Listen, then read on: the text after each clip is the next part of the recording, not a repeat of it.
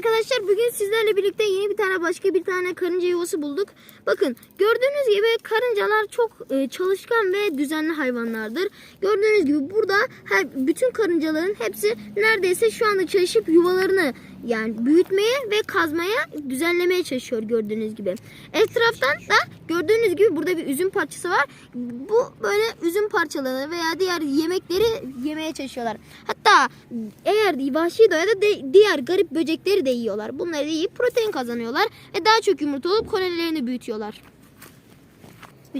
Evet arkadaşlar, gördüğünüz gibi burada başka bir tane daha karınca yuvası var.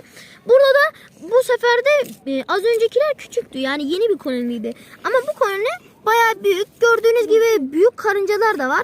Bu koloni yeni ve güzel bir koloni. Yani eğer bu koloni bayağı büyüyebilir ve bu koloninin yaşam oranı daha çok yüksek küçüklere göre. Ses çıkarma. Evet arkadaşlar, burada gördüğünüz buradan her ilkbahar yılında olan bir olay yaşanıyor şu anda.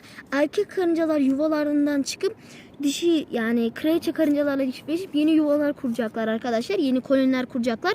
Burada gördüğünüz gibi şu anda onlar çıkıyor. Bizi gördüler, birazcık korktular, kaçtılar. Şu anda gördüğünüz şurada bayağı bir büyük asker karıncalar da var. Onları korumak için dışarıya çıkıyorlar.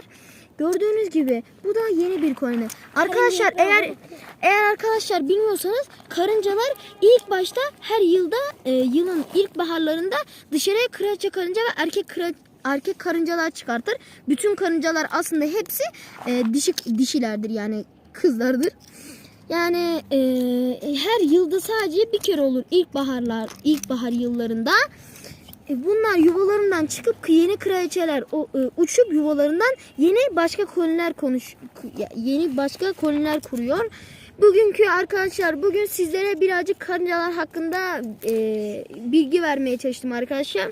Videomuzu sevdiyseniz beğenip abone olmayı unutmayın.